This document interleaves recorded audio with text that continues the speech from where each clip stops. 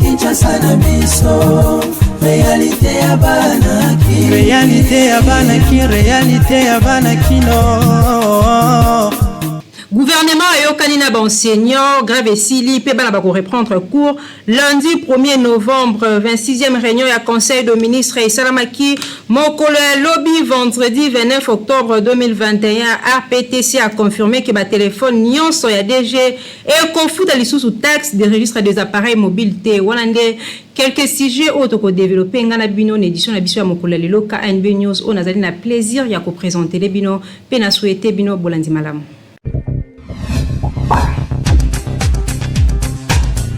Mbote na bino bandeko balandi tika ete to fongola édition na biso ya mokolo lelo wapi après Israël président de la République démocratique du Congo Félix Antoine Tshisekedi Tshilombo azomaki na Rome depuis vendredi à lobby pe lelo a participé ki na sommet ya G20 tokozonga la bino na ba force d'état en édition na biso ya mikolo ezali koya. Kakande la lobaki ne bande le gouvernement déjà ayokani na ba enseignant grève esili pe bana ba ko reprendre cours lundi ya 1er novembre. Nathan Siata pour na ba détail. Grève ya enseignant na République démocratique du Congo ezali suspendu ko bana mokolo ya lundi oyo 1er novembre ezali koya. Ezali ban syndical de l'enseignant primaire, secondaire et technique et PST nde bazwaki décision oyo au travers de déclaration moko ezalaki rendu public mokolo ya vendredi 29 octobre 2021 na Mbwela Lodge située na province ya Congo central. Déclaration oyo esalemi na ba syndicalistes provinciaux et nationaux pe lisusu ba représentants il y a certaines écoles phares, il y a ville province ya Kinshasa oyo ba participa ki na ba assise, il y a ba discussion oyo ezali ko salema na Congo central. Après concertation, vu urgence pe nécessité, conscient il y a responsabilité citoyenne pe patriotique oyo ezali ko caractériser enseignants congolais, ban syndical à suspendre grève.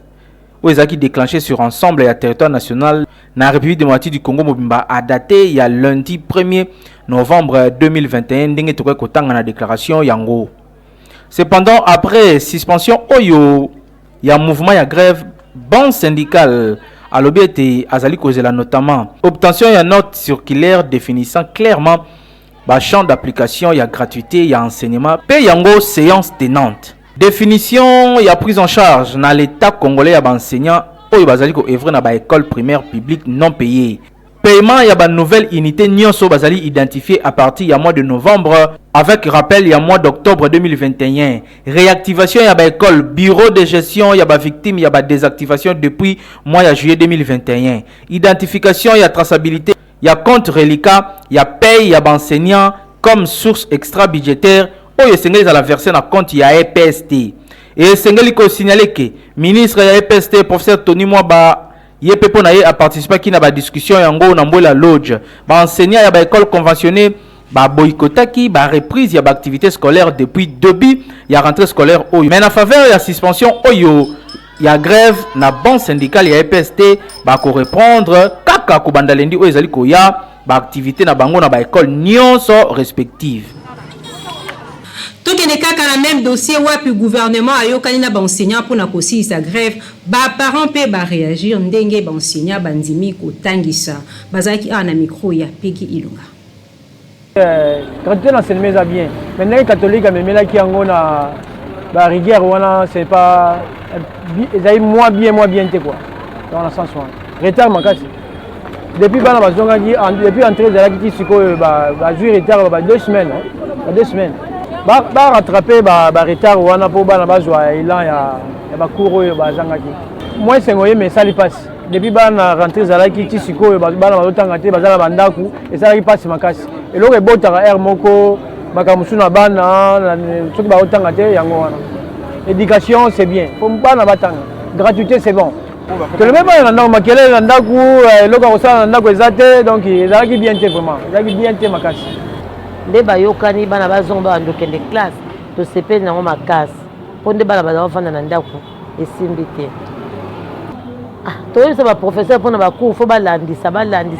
ba cours ezaki na retard. Babandela ngo kopesa bana potala liboso to na confirmer bana batanga ite miko ebele siko bana bandi ko tanga comme si bafanda na ndaku o ba grève o boye eza bien te ozomona bango pe mo bazana moi raison po yo zokende mosala bazofuta yo tokotangisa ndeni fo bafutaka so baofuta bango bango bandotangisa ozomona tosepe nde balendi mpena nde bazonga neti bo bauniforme mpe eza na ndako bakaye eza na ndako tosombi yango bana batangi te nde tosali 3 semaines ko batangi te nde bazonga lendi mpenza ezala bien nde bazonga lendi toyebisi bakonzi mpenza basala su makambo wana te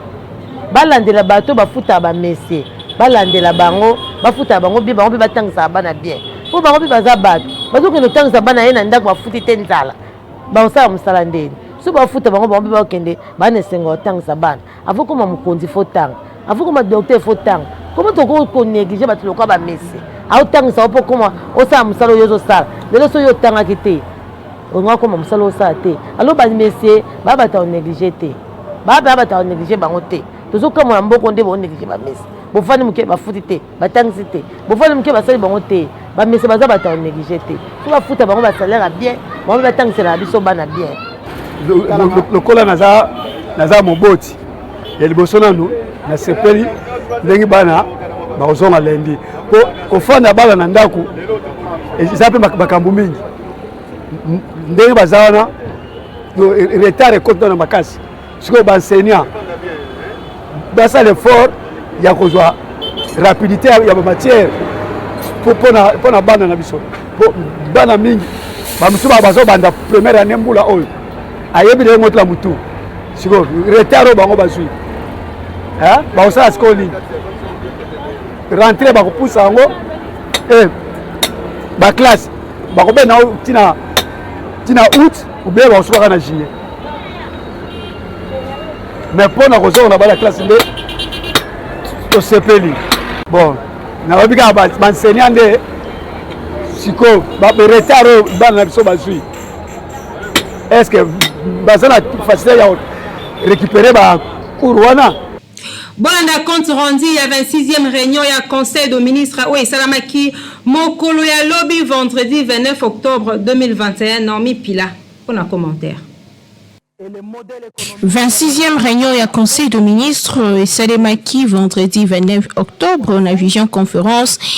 présidé na chef ya gouvernement Jean-Michel Sama Lukonde. Réunion yango ezalaki na 5 points na ordre du jour. Na yambo ebandaki na communication ya premier ministre Jean-Michel Sama Lukonde wapi alobelaki poursuite ya dialogue social entre gouvernement pe ba banque syndicaux. Premier ministre a sepelaki makasi na poursuite ya ba dialogue entre le gouvernement et intersyndical et l'administration publique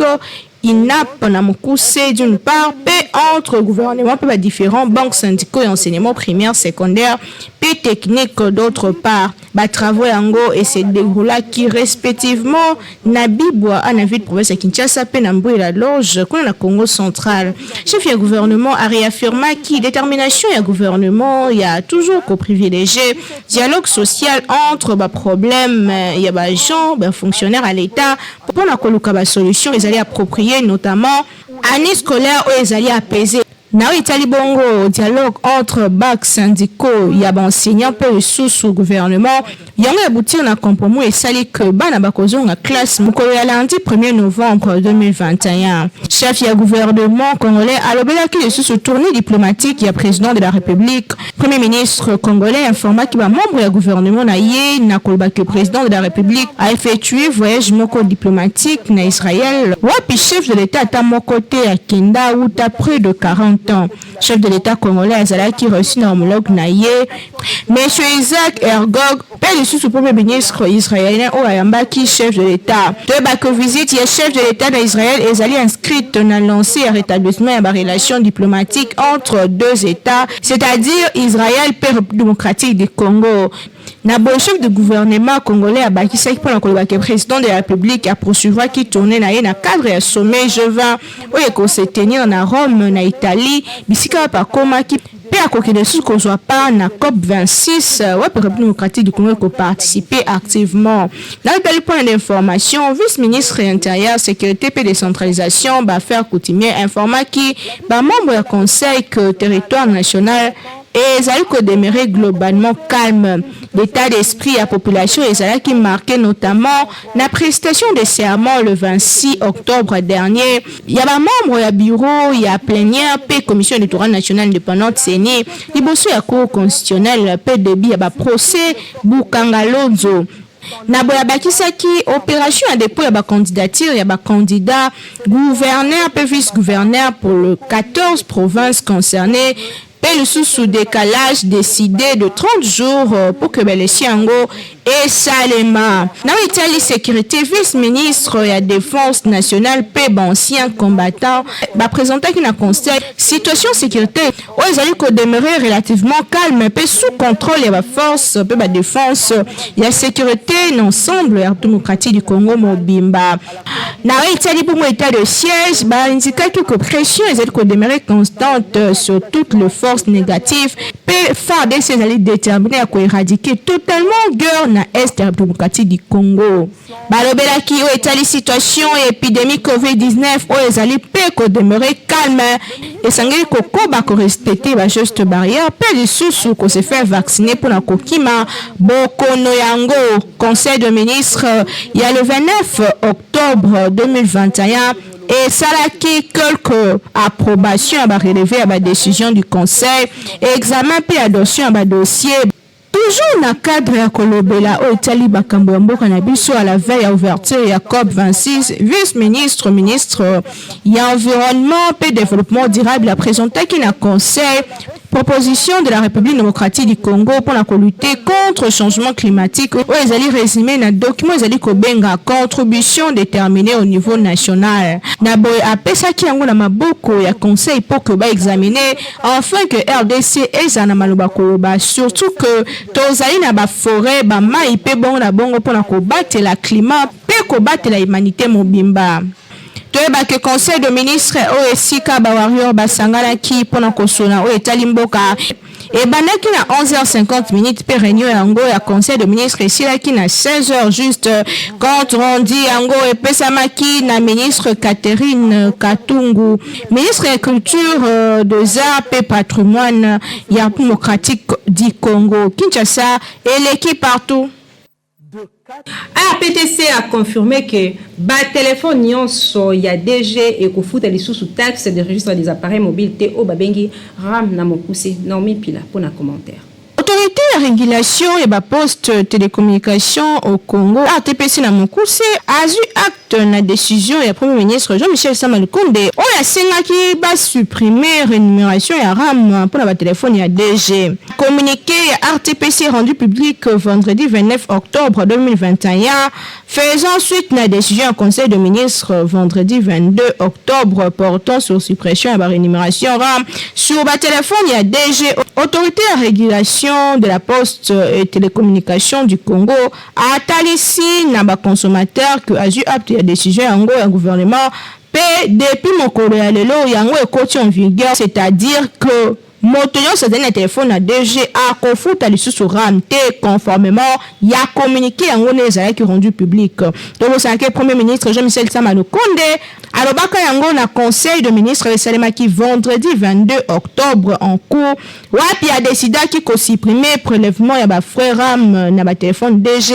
En attendant approfondissement ya conseil de ministres sur édite question yango ezaya qui sima ba revendication enregistrée na ba députés nationaux pe lisusu ndungu esalemaka na Assemblée nationale tango ministre Kibasa alekaka pe apesaka ba explication gouvernement elaki que ba koye kola pe ba koye ba mozindo alikambango pe sima ba kozwa décision finale kasi pour le moment ba téléphone DG nyonso ezali épargné na frais RAM. Kinshasa et l'équipe partout.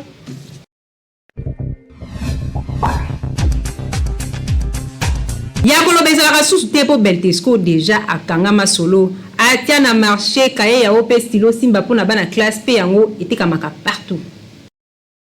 Toujours na souci ya kosunga mboka pe kosunga population congolaise kaka ndenge boyebeli société oyo monene na République démocratique du Congo Beltesco toujours pembeni ya population na ko accompagner bango na nyonso lelo lisusu ayeli bino ba kaye yao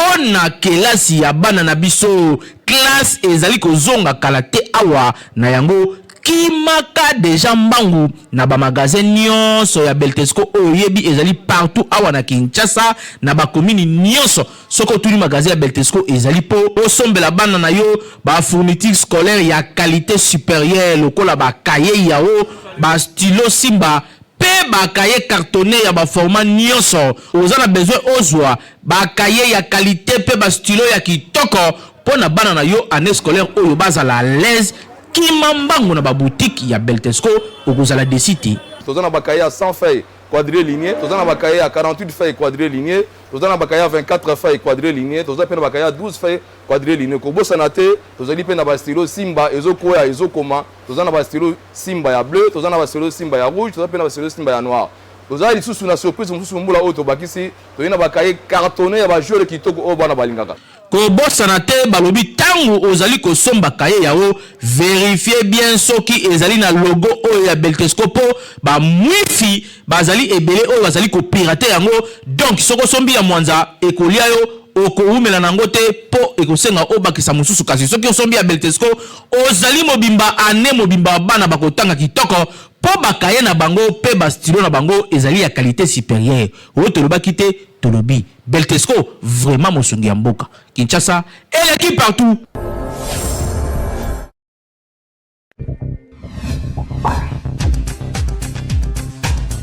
Les Lomos qui ont célébré Journée mondiale de la traduction. Reportage à Naomi Pila. Le 30 octobre chaque année, nous qui décédons la Journée mondiale de la traduction. Le Journée mondiale de la traduction est allée fêter chaque année. Le coup la jour, il y a Saint Jérôme, patron, il y a ba traducteur puis ba traductrice nyonso. Pour la petite histoire, Saint Jérôme azala qui traducteur officiel, il y a Bible en langue latine. Au 3e siècle, il y a Ernabiso. Bible il y a traduisa et ils allaient connu mon le coup la Vulgate.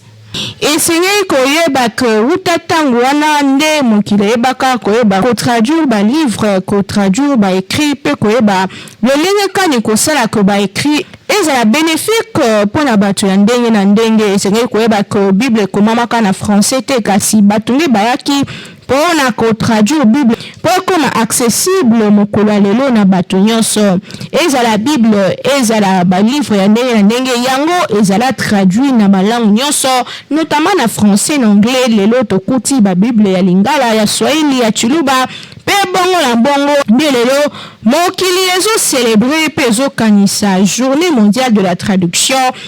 ezali très important pour na koyeba nini ezali ko salema epa ya bato mosusu pe epa ya bapaya lelo traduction quotidien na ba dictionnaire facilement ko traduire langue mosusu na langue mosusu pour na koyeba lolenge kani ko s'en sortir surtout ceux qui ont commis besika oyebi langue na bango te ezali très important na cadre toujours la traduction koyekola minoko mosusu yekola mo anglais yekola ma français yekola langue na yo maternelle pe yekola langue d'origine na yo ekosunga yo mokolo mosusu ezali très important okoki kozala traducteur professionnel to pe traducteur kaka pona koyeba nini baninga mosusu bazali koloba ezali très important na ba domaine mingi koyeba ko traduire ba langue na kati ya mboka na biso e kozala ma langue otango sa pe bana ba langue hormis français na anglais kotango sa bana pe ba langue nationale. Pourquoi pas kokota na ba dialecte ya mboka na biso pona kolakisa bana origine na bango ezali pe moko lenge kani ko bomba identité pe culture congolaise parce que langue est accompagnée à culture langue est accompagnée à vie quotidienne ya bato donc journée alelo mokili célèbre Journée mondiale de la traduction Kinshasa et l'équipe partout.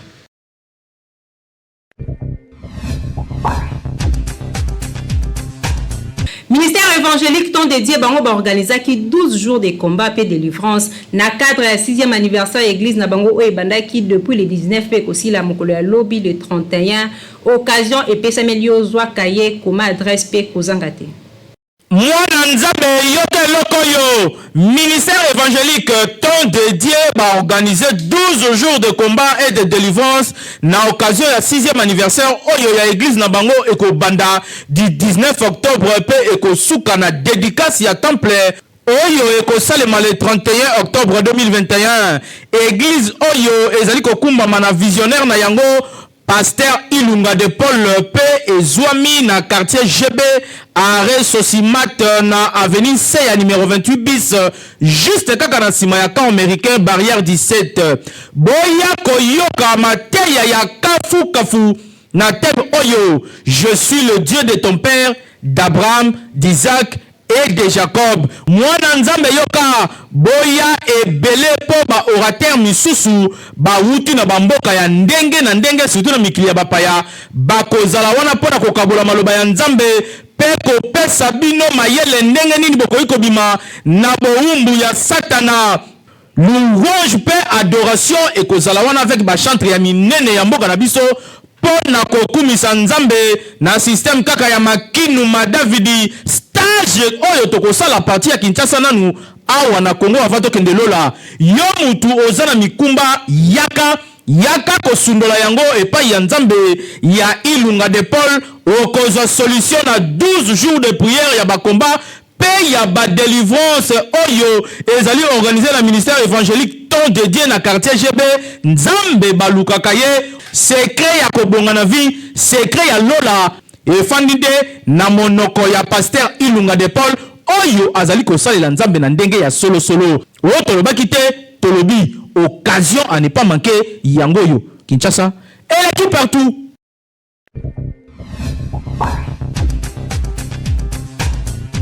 Comportement ya basi oyo basalaka makelemba sans pour autant ko informer mobile na ye yango nde intéressaki biso mokola lelo na KNB News boka ndenge bakino ba réagisaki na micro ya Peggy Ilunga.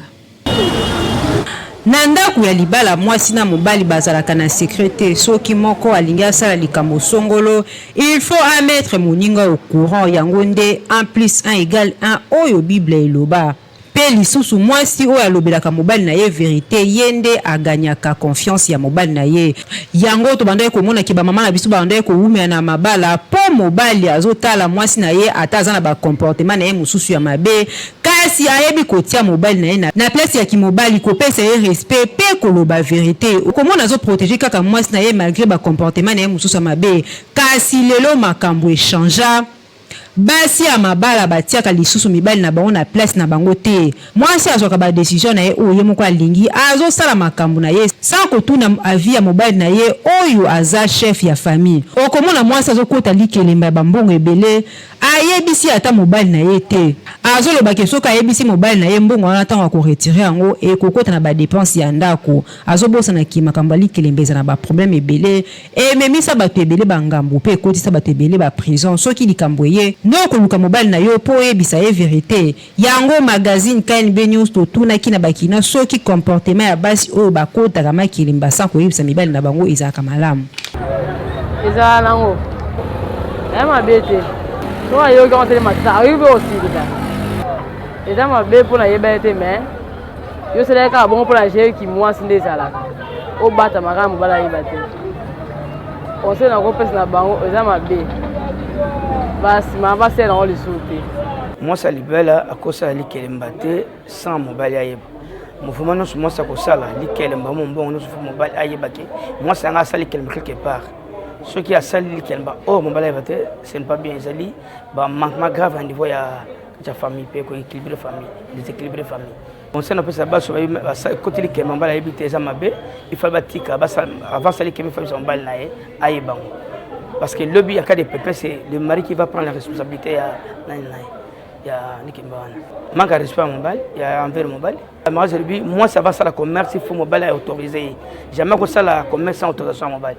on a code c'est normal moi ça va que ça likelemba pas être mobile na so mobile andimi que ça likelemba là ça va so ka boya ko ça likelemba te bon mabe zebele po makemba mususu eza makambo ebele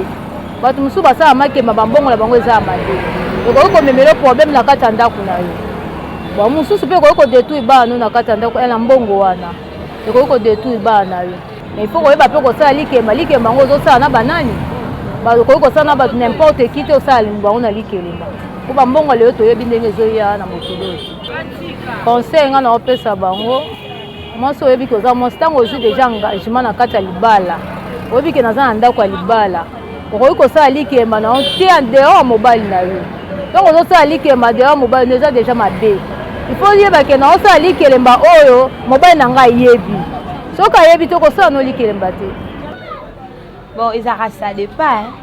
eza mwasi mosusu alinga bando osala likelemba asolicite mobali na ye abi papa na ngai bando osala likelemba mobali mosusu alinga mwasi na ye te asala makelemba oka mpe opekisa ye mama na lingi likelemba te mwasi na teti yesi na ye na marke na ye te nangi asala likelemba na ngai na boma mbongo mpo na ye na famille na ngai na makambo na ngai privé na kosala na mbongo ale na bandi osala likelemba na marke na ngai nasali likelemba par après ba retour eyo ozonga ekomi na ndako makelele mama na ye kuna tomboki mbongo na nga mbongo elekwei na mato ya papa ayebi napekisa ki osala makelemba wana olingi koyoka ngai te omoi ndenge ekomeli makambo wana ngai nakota ngo te etali ngai te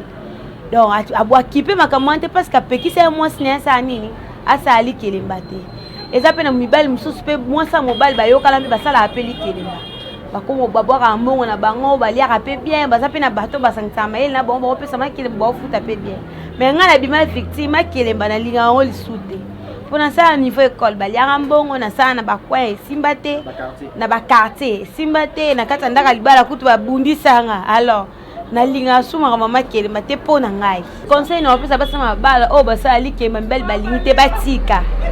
parce que eza bien te osala likambo moko boye eza consentiment ya yo moko mobali no asepeli nango tozokontinue osala yango eza mabe ekocrele mpe problème na kati ya ndako na libala mobali mosusu alingaka bavie osangisa te donc osala te kosala likelemba eza nango mabe te kasi il faut toujours koinforme mobali na yo mpo ye nde aza responsable na yo eza keste oyo obombaka mbongo na ndako kosalela ndenge olingi to mpo kodepense yango ndenge olingi likelemba ezalaka na mwa matata ebele bato mosusu bakenda baprison mpona yango okolinga kosurprendre mobali na yo na makambo ya minene boye te il faut toujours komettre yo au courant na likambo nyonso ozolinga kosala mpo ye nde aza mokolo ndako. Kinshasa eleki partout. Merci mingi na bino bandeko balandi ya KNB News. Merci na confiance pe filete bozo lembate na kopesa na KNB News kasi na pesa pe merci na équipe technique pe rédactionnelle o ba assista kinga mokola lelo na sima caméra pe régie esimba makina papa Timothée Kayembe na réalisation ya Nathan Siata édition esimba maki bongo na Naomi Pila toujours na coordination ya Grand Lion ya communication Jimmy Mukendi Chimanganga na bino tokutani mikolo ezali koya kasi na souhaiter bino kimia na mabota na bino. Magazino yeah. Magazine Kinshasa na biso réalité ya bana ki réalité ya bana kino